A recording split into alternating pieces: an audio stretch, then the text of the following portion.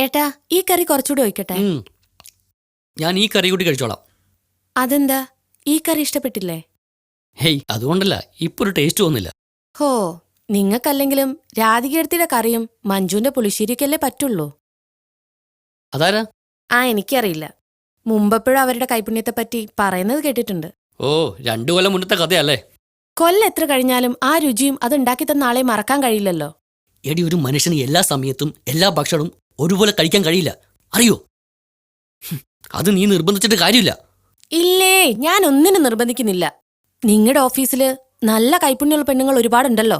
അവരുടെ നമ്പർ ഒന്ന് തന്നാ ഞാൻ വിളിച്ചന്വേഷിച്ച് ഏട്ടന്റെ ഇഷ്ട ഭക്ഷണം ഏതാച്ചാ ഉണ്ടാക്കി തരാം. ഏട്ടന്റെ ഇഷ്ടാനിഷ്ടങ്ങൾ എന്നേക്കാൾ കൂടുതൽ അറിയുന്നത് അവർക്കാണല്ലോ.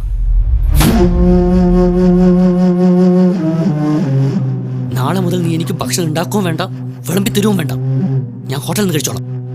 അവിടെ കുത്തി നോവിക്കാൻ ആരും വരില്ലല്ലോ.